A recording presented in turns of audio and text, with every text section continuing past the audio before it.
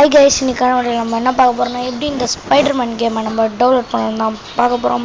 அதுக்கு பார்த்தீங்கன்னா நம்ம கமெண்ட் செக்ஷன் பார்த்தீங்கன்னா இந்த கேமோட ஃபைல் கொடுத்துருப்போம். அந்த கேமை நீங்கள் போய்ட்டு லிங்க்கை தொட்டு டவுன்லோட் பண்ணிக்கோங்க.